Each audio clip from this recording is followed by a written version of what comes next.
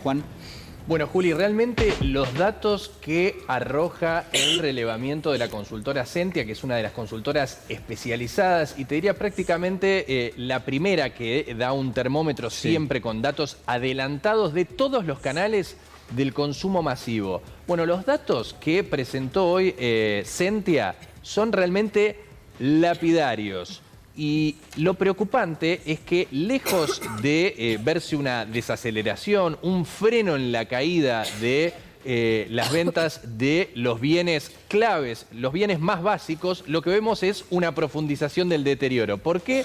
Básicamente porque en el mes de febrero hubo una caída interanual del 3,4%, que dicho así puede sonar tal vez menor a la que vimos, por ejemplo, en meses del año anterior. Claro, lo que hay que explicar es que se monta sobre 3 caídas consecutivas que ya arrastran para el mes de febrero de cada uno de los últimos años. En total se acumula desde febrero de 2023, un mes comparable, casi 20% de caída, 19,6%. Y además hubo una caída respecto de enero de más de 6%. Ahora, fíjense el desglose. En supermercados, en las grandes cadenas de supermercados, 5,9% interanual de caída. En los autoservicios, la caída es del 3,8% interanual. Pero fíjense, se da en todos los canales. En farmacias, 2,9%. En kioscos también, 1,9%. Hemos hablado de los cierres masivos de kioscos. Mayoristas, en los autoservicios mayoristas que proveen a muchos de estos canales, 3,6% de caída interanual. Es muy generalizado, Juan, y es lapidario. Sí, yo no recuerdo caídas tan importantes. O sea, sí hay que marcar esto. ¿Viene cayendo ya? ¿Cuánto tiempo hace? Muchísimo. Mira, te diría, es casi ininterrumpido. Hubo 3 meses nada más en el que se interrumpieron las caídas interanuales, claro, contra los peores meses de la era Javier Milei, pero la realidad es que vuelve a verse deterioro en el comienzo de este año. Claro, porque ¿qué es lo que hay que mirar acá? Bueno, empezó a caer una vez que llegó a la presidencia Javier Milei. Después de ese mes corren 12 meses y uno compara el mes número 12 con respecto al primer mes de la serie. Vuelve a caer. Cuando uno toma de vuelta la referencia de ese último mes y pasan 12 meses más y volvés a comparar, de vuelta vuelve a caer. Es decir, es un piso tras otro que se van perforando.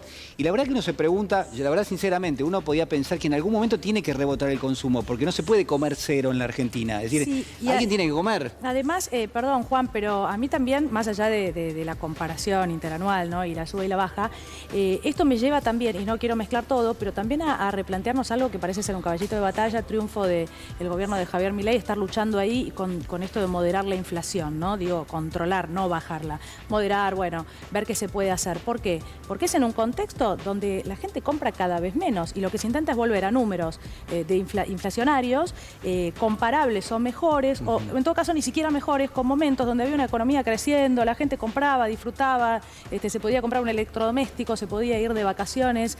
La verdad que esto lo que también nos lleva, me parece, es a tener que analizar eso, que es lo que Milei intenta capitalizar todo el tiempo, es, bueno, pero yo vine a intentar bajar la inflación, pero lo que está pasando es esto. Claro, lo que pasa es que además, en los últimos meses, lo que vimos es que lejos de continuar bajando, rebotó la inflación. Bueno, además. Y los salarios profundizaron su caída en los últimos meses. Digo, el dato que vos mencionabas hace un rato, Dani, que sale hoy del INDEC hace un ratito nada más, lo que marca es que con la caída que se confirma a comienzos de este año, ya se acumula casi 8% de caída en los salarios reales de los trabajadores registrados en la era Milei, que es una caída muy importante. Muy importante. Exactamente. Además. Ahora, les propongo hacer una lupa en lo que pasó dentro de las cadenas de supermercados para que dimensionemos de qué rubros estamos hablando cuando hablamos de caídas del consumo masivo. No estamos hablando de autos, de electrodomésticos. Queso azul. Estamos hablando de, por ejemplo, productos de alimentación.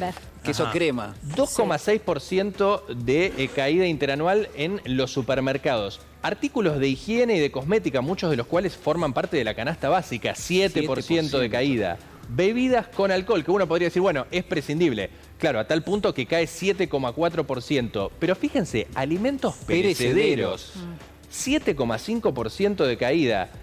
Impulsivos, ¿qué son los impulsivos? Son aquellos productos que ponen en los supermercados al lado de la góndola para que te tientes cuando estás al lado de la caja. La puntera de góndola, Exactamente. Bueno, esas góndolas que están al lado de las cajas Fíjense a qué punto la Sí, gente tiene 10%. que recortar todo, que cae más de 10%, 10,3%. Y las bebidas sin alcohol caen 12,3%. Estamos hablando de alimentos, de bebidas, de artículos de higiene personal, artículos de limpieza. Es la canasta básica, es los hogares de las familias laburantes. Es lo que sostienen la dinámica del consumo masivo. Bueno, cuando se deterioran los ingresos de las familias en general en Argentina, de clase media, de clase baja, de clase trabajadora, lo que vemos es estos resultados. ¿Qué es lo que pasa? Claro, la dinámica de la actividad económica y sobre todo todo lo que tiene que ver con el mercado interno, todo lo que depende del dinamismo del mercado interno para recuperarse, la industria, el comercio, la construcción, pero sobre todo la industria del comercio, dependen mucho de que esto se revierta.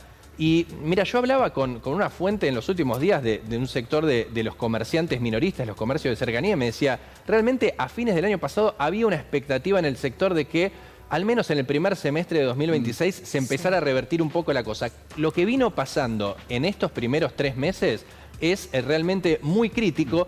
Y vamos a ver que cada vez más comercios de cercanía, almacenes, bajan las persianas porque entre el aumento de costos, ahora se suma la presión de los combustibles, la disputa por las listas de precios y un consumo que sigue en baja, no hay manera de sostenerse. Bueno, sumemos además la tasa de interés, ¿no? El crédito en la Argentina es inexistente, es carísimo realmente, y uno piensa en la década del 90, y uno piensa en este programa económico, y se parecen mucho. En la década del 90 hubo un momento, 4 o 5 años, donde parecía que la economía traccionaba, entraban dólares producto de las privatizaciones, pero además, para muchas personas se abrió el mercado de crédito y uno podía eventualmente tomar un crédito y como no había inflación y las tasas de interés eran relativamente bajas, se podía pagar. Eso en este programa económico no está. Y no está porque el gobierno apuesta al carry trade, entonces tiene que tener una tasa elevada para tentar a los dólares que ingresen en la Argentina, porque de otra manera no los tiene. Y ahí hay una verdadera trampa mortal para el gobierno, porque si baja la tasa de interés, que es lo que debiera hacer en un contexto de restricción, lo que le termina pasando es que le aumenta la demanda de dólares porque los pesos empiezan a circular por la economía, pero también generan algo de actividad económica. Hoy alguien que quiere tomar un préstamo, y te lo hablo en primera persona, tiene que pagar una tasa de interés mínima del 170% anual. Claro. Imagínense, es impagable realmente. Y mientras tenés, Juana, una Patricia Bullrich que sigue insistiendo con esto que nos traía Caputo al principio, que era desháganse de los dólares, desháganse de todo tipo de ahorro, ¿no? Cuando la gente ya no da para más, está endeudada. Vos recién mencionabas la nafta, lo quiero traer también, porque hablamos de alimentos no perecederos, un 7%, pero el resto de los alimentos también, 2, 2,5. Sí. El aumento de las naftas va a traer un traslado inmediato, directo, porque todos esos alimentos se tienen que trasladar en camiones para llegar al supermercado. Esto va a implicar más aumento todavía en los próximos días. Los comercios, Dani, a propósito de eso que mencionás, ya están recibiendo listas de precios con incrementos importantes. Posiblemente mañana traigamos un desglose de estos incrementos muy fuertes que están recibiendo en las listas de precios a colación de lo que vos mencionás, de esta suba de los combustibles. Bien. Bueno, gracias, Juan. Bueno, tenemos... Igual quédate, porque tenemos tuit que queremos analizar con vos. Sí, porque uno se tiene que preguntar por el ministro de Desregulación, ¿no? Federico Sturzenegger, que es economista, que uno podría decir que es asesor del presidente de la Nación, y este posteo, en un contexto como el que estamos comentando, que dice, desde hace un tiempo el kirchnerismo está tratando de instalar la idea de una baja en el número de empresas. Pedí un doble clic y veo esto, que en los últimos 2 años el número de empresas pequeñas, medias y grandes es estable o crece. Y bueno, acto seguido ahí entiendo yo... Y lo acompaña con un gráfico. Entiendo yo que hay un gráfico ahí debajo. Y ustedes dirán que muestra que crecen o que se mantienen estables. Sí. ¿Perdón? Mostrar el gráfico, a ver. ¿Dónde está la suba? Justamente el gráfico que tuitea el ministro de Desregulación, economista él, Federico Sturzenegger, es que exactamente sucede en todos los niveles de empresas que él elige mostrar. O sea, estos son los mejores números que encontró el ministro en los datos de la Superintendencia de Riesgo de Trabajo. Es caída, fíjense, 1,1% menos, 1,4%, 1,9% según el segmento de empresas. Pero además, eligió no incluir, a propósito, el segmento que mayor caída le da, que es el de las empresas más chicas, lo que se llaman las microempresas, las que tienen de 1 a 5 empleados, que en ese caso cae más del 5%. A ver, en su conjunto, la misma fuente a la cual fue a buscar Federico Sturzenegger los datos para desmentir que hay un cierre muy importante de empresas en Argentina en términos netos, es que cerraron 22.608 empresas en lo que va de la era Javier Milei y es la misma fuente que elige utilizar el ministro. Pareciera haberse tuiteado encima, de hecho lo salieron a cuestionar de todo el arco de economistas a su publicación en las redes sociales. Pero es impresionante el revoleo de datos que empieza a hacer el gobierno, incluso en los funcionarios que presuntamente son especializados en la materia. ¿Por qué? Porque básicamente no encuentra cuáles son los datos que en la economía real, en la que le importa a la gente en la diaria, puede encontrar para salir a relucirlo. Salarios que crecen, bueno, no lo va a encontrar. Empresas que abren, bueno, no lo va a encontrar. Claro. Y realmente asistimos a papelones como este, donde un ministro sale a tuitear que crecen o se mantienen estables la cantidad de empresas en Argentina y muestra en su misma publicación un gráfico que lo desmiente a sí mismo. Bueno, ni hablar de suspensiones, ¿no? La gran cantidad de empresas que suspenden trabajadores los días viernes, 1 o 2 veces por semana.